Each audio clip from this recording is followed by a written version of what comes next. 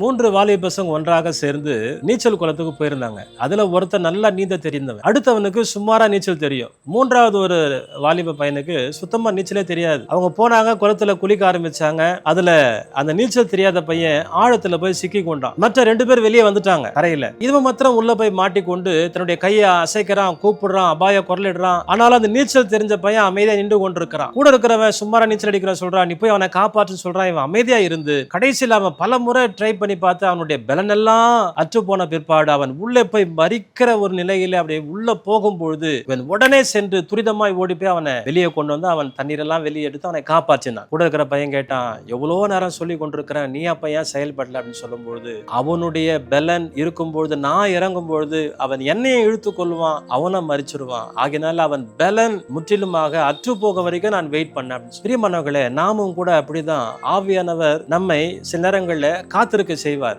ஏன்னா நம்முடைய மாம்ச பலத்துல, நம்முடைய யோசனையில, நம்முடைய அறிவில நாம் செயல்படுகிற வரைக்கும் தேவன் செயல்பட முடியாது. ஆகினால் அவர் காத்திருந்து அவர் செயல்படுவார். வேதவசனம் சொல்லுகிறது, சகரியா 4:6 பலத்தினாலும் அல்ல பராக்கிரமத்தினாலும் அல்ல, என்னுடைய ஆவியினாலே ஆகும். ஆகினால் ஆவியானவர் செயல்படும்படியாக வெயிட் பண்ணுவோம். நம்முடைய வாழ்க்கையில, நம்முடைய சூழ்நிலை மத்தியில் அவர் செயல்படுவார், நம்மை மீட்டெடுப்பார், அற்புதங்களை செய்வார். God bless you.